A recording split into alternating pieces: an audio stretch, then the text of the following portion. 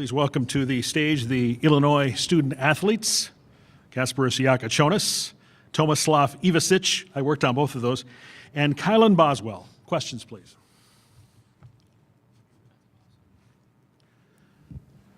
Hi, Rich Rovito, Associated Press.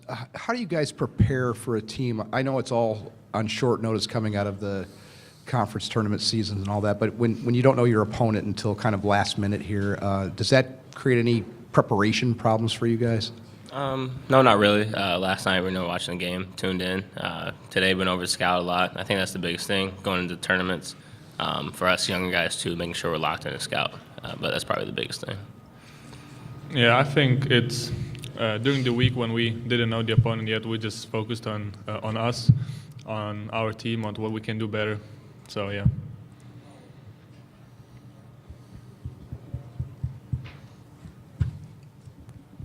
Hey, Kylan, Isaac Trotter with CBS. When you watch Ryan Conwell, what stands out about him? How much are you looking forward to that challenge? And what does he do schematically that makes him a little bit different than some of the other guys you faced? No, he's definitely been watching him. He's one of the best guards I'm going to go against for sure. Elite shooter off the bounce. He's a great playmaker for his team. But for me, I like those challenges. Always test me as an individual and as a player. So I've been watching a lot of film on him, and I'll be ready for that game. Hi, guys. I'd like to invite all of you to answer. Steve Greenberg from the Chicago Sun-Times.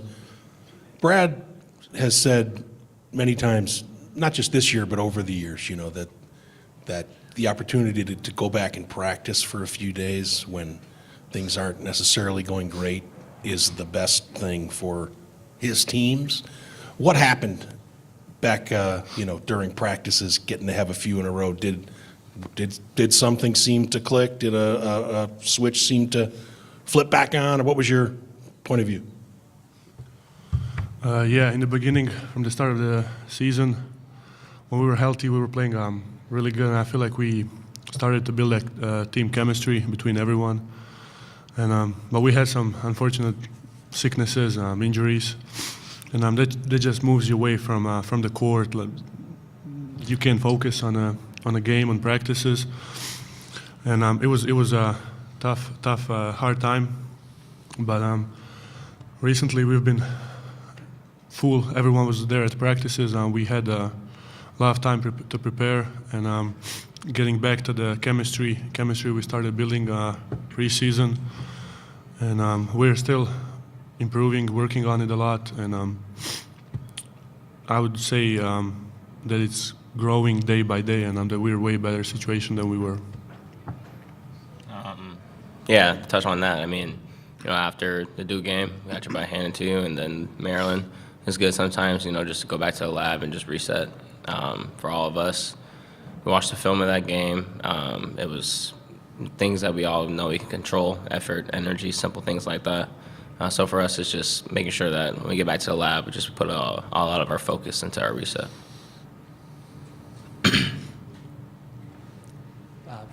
Hi guys, Alec Bussey of 24/7 for KJ and Tomislav. Neither of you guys have played in the NCAA tournament. How much did you guys grow up overseas watching it, and how familiar are you with the way things go in this type of event? Yeah, me personally, I didn't watch any of college basketball when I was younger. I started watching like a few years ago, and March Madness was the only games that I was watching. So you can see that every detail matters in the game. Every little detail, every possession, every rebound matters, and you win or go home. So that's, I think, the beauty of it. Yeah, same for me. When I was younger, just hard to find channels, and it's a different time. It's always in the middle of the night, so it's hard to watch the games. But last few years, March Madness was, I would say, the only thing I watched. Especially last year, my brother was here, and I was watching the games. Noticed the different intensity. Everyone comes here to win. Everyone wants to win. Huge stakes. And it's just amazing to be part of that this year. To follow up with either of you guys, obviously this event is known for crazy shots, big upsets. Having watched it for the last couple of years, do you have one of those that really sticks out to you that you remember? I don't know, to be honest. I remember highlights from Jordan Poole hated that game-winning three, so it was pretty amazing for me. Yeah, I don't remember a lot, but I remember Jack Golke from last year. So. Not as specifically as that follow-up, but I want to stay in the same vein. If you guys have watched the last few years, was there a team or a player or a specific game that for either of you just really gave you a feeling of, man, I want to be on that stage and I can see it, and I want to go get it?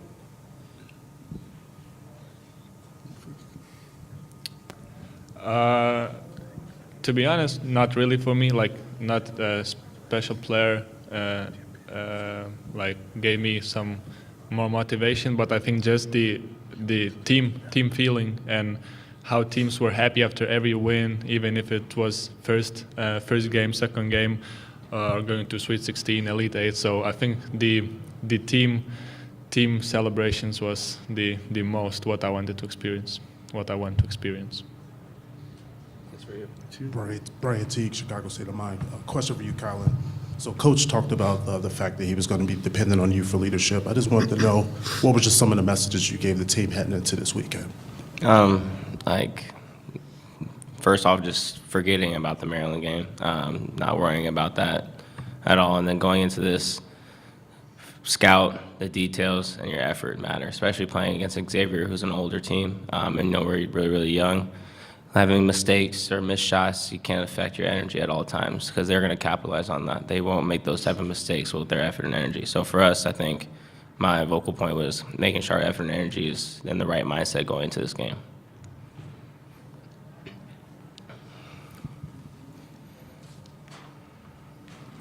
For KJ, you've had great games. You've had games that weren't as great. I mean, you yourself individually. How much responsibility do you feel for, as the point guard, as a big name and all that, for how this team performs and how far it goes? How much of it is on you? I don't know. I think that to win in especially these games, we need everybody. We need everyone to be involved, every possession. Everyone need to do their job on the defensive end and on the offensive. And I think one player cannot do anything in this type of competition. Any other questions? All right, thanks, guys. Tomorrow night, good luck. Thank you.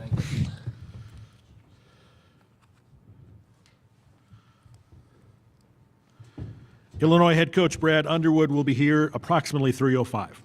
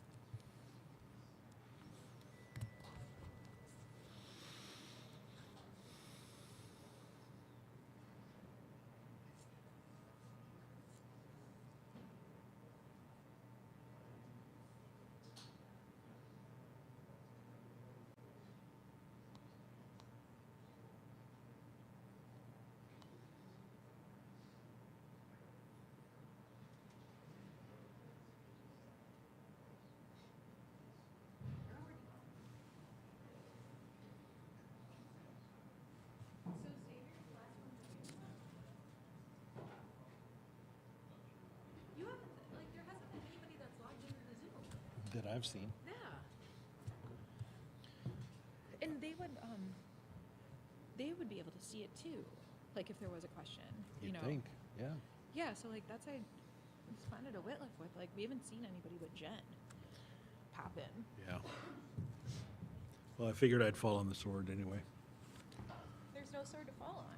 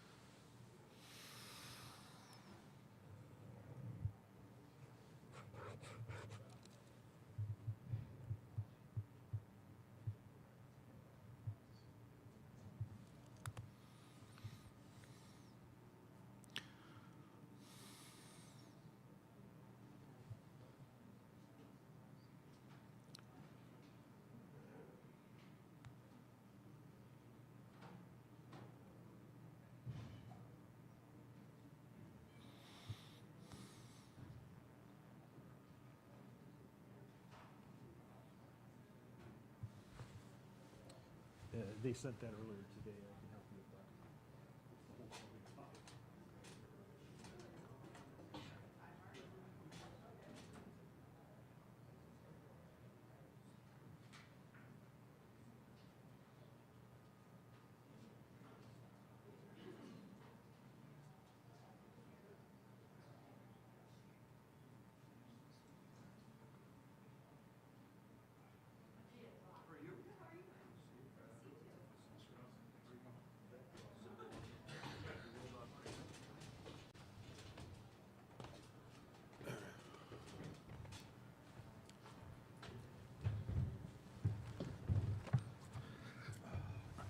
Joined by Illinois head coach Brad Underwood. Questions, please. Hey, Brad, Isaac Trotter with CBS. How important is transition defense going to be in a game like this when they can get up and get going? Yeah, it's one of the things that they do exceptionally well. I think we've seen a couple of teams in our conference, Wisconsin, Iowa, that are both very, very similar in terms of, especially after a make, putting a ton of pressure on your defense, and they shoot the first open three, and so it's very, very important that happens, and we're very conscious of their guys running and their guys pushing. Steve Greenberg, Chicago Sun-Times. Hi, Brad. You were pretty eager after the Maryland game to get back and practice. How many did you have? What were they like? And how did it leave you feeling? What day did we lose? Friday? Thursday, Friday. Friday. Off Saturday, practiced Sunday, Monday. Very good, very hard, very intense.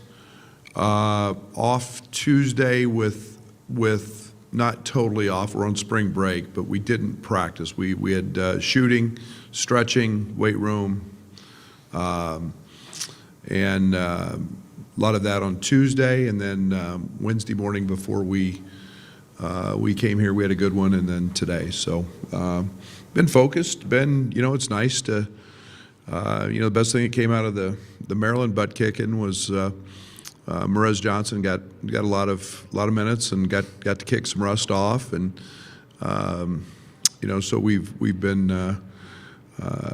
able to get back to practice, and they've been really good.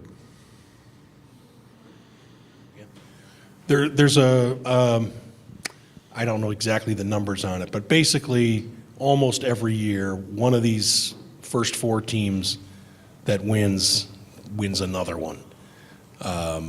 Several years in a row.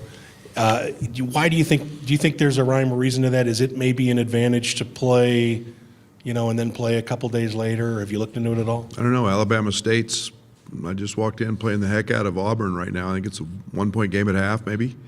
I don't know. I don't think it's a disadvantage to play. I think you've got your practices in. You know who you are. You know, we've had 102 practices this year, so I think everybody's pretty eager. I think there's an excitement level here that's pretty cool. I don't have a reason for it. I wouldn't know. It's the first time we've faced a team that's been in the first four, but yeah, that was a heck of a game last night, and two really, really good basketball teams, and you know, Xavier did what they did. They just kind of walked him down at the end. Brad Teague, Chicago State of Mind Sports. Brad, 6 straight tardy appearances if you count back to the COVID year. Just wanted to know just your thoughts just on what that means for you in the program. Yeah, a lot. It's really hard to do. Getting to postseason play is not easy. I sure don't take it for granted. Selection Sunday is my wife will probably get upset. It's my favorite day of the year, other than my anniversaries and kids' birthdays. It's hard to do. It's something you sure don't take for granted. You know, I look at our conference this year, and I think top to bottom, it was as good as it's ever been in my 8 years. And great staff, great support. There's a lot of things that go into that. I'm pretty blessed that we've had a lot of things and a lot of really good people help us along the way. Hey, Brad, Rich Rovito from the Associated Press.